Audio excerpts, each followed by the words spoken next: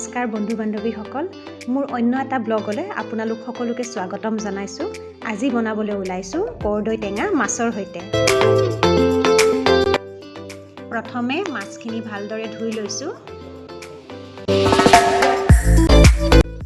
তাৰপিছত নিমখ হালধি মিলাই অলপ সময় থৈ দিম। লগতে মাছৰ পেটুখিনিও ভালদৰে চাফা কৰি ল'ম। মাছৰ পেটুখিনি যদি ভালদৰে চাফা কৰা নাযায় তেতিয়া তিতা লাগে আৰু তিতা লাগিলে খাবলৈ ভাল নালাগে।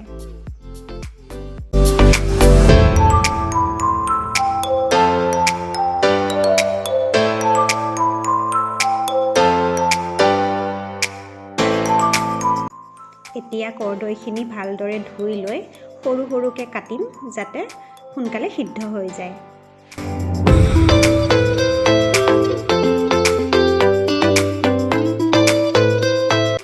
আমাৰ কৰ্দৈ কটা হৈ গ'ল। এতিয়া প্ৰেছাৰ কুকাৰটোত কৰ্দৈখিনি দি গেছত বহাই দিম।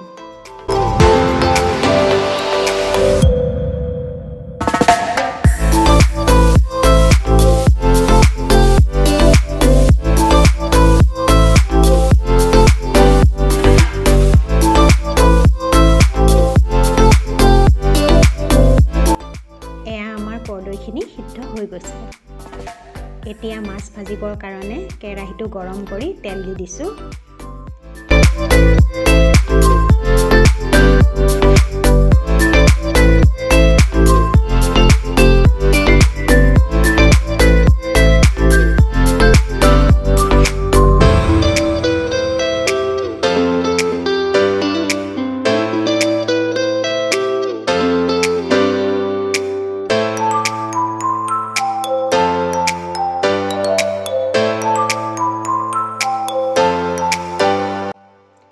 মাছ ভজা হৈ গৈছে।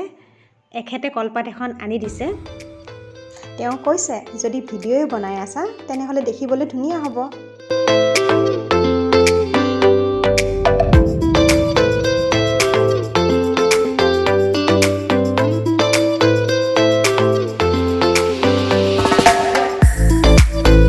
এতিয়া সিদ্ধ হোৱা কৰ্দৈখিনিত কেইটামান বইল আলু মিলাই দিছোঁ যাতে আঞ্জাখন অলপ ডাঠ হয়। অৱশ্যে ঘৰত যদি চুগাৰ পেচেণ্ট থাকে আলু নিদিলেও হয়।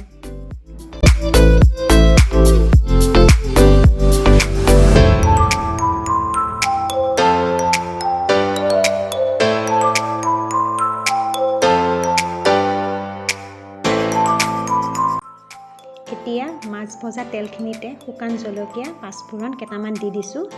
এইখিনি ভজা হোৱাৰ পিছত কৰ্দৈখিনি বহাই দিম।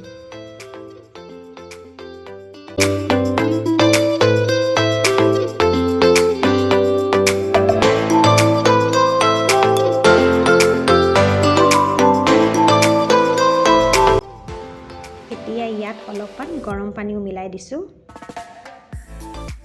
আৰু ভজা মাছখিনিও ইয়াত একেলগে দি দিছোঁ। নতুনকৈ ভিডিঅ' বনোৱা শিকিছোঁ যে ইয়াত নিমখ হালধিখিনি দেখাবলৈ পাহৰিয়ে থাকিলোঁ আপোনালোকক। তাৰ বাবে আপোনালোকে বেয়া নাপাব। ইফালে মাছৰ পেটু ভাজিবৰ কাৰণে আন এটা কেৰাহী, তাতে অলপ তেল গৰম কৰিছোঁ, অলপ হালধি দিছোঁ আৰু এতিয়া ইয়াত মাছৰ পেটুখিনি দি দিম।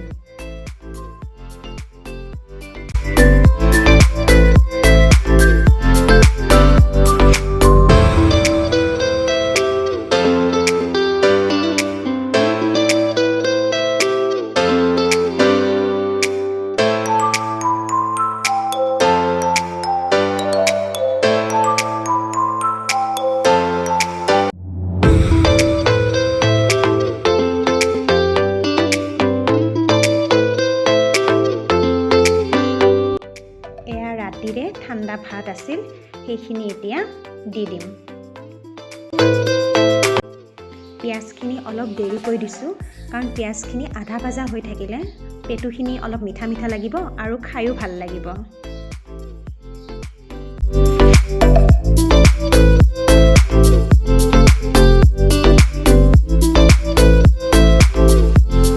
এতিয়া ইয়াত অলপমান নিমখ দি পিনে ভাতখিনি এতিয়া ভাজি থাকিম।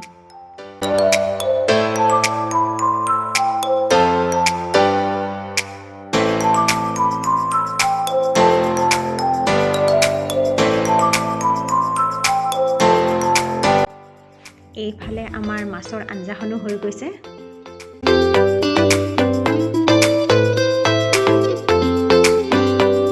আৰু এইফালে আমাৰ ভাত ভজাখিনিও হৈ গৈছে।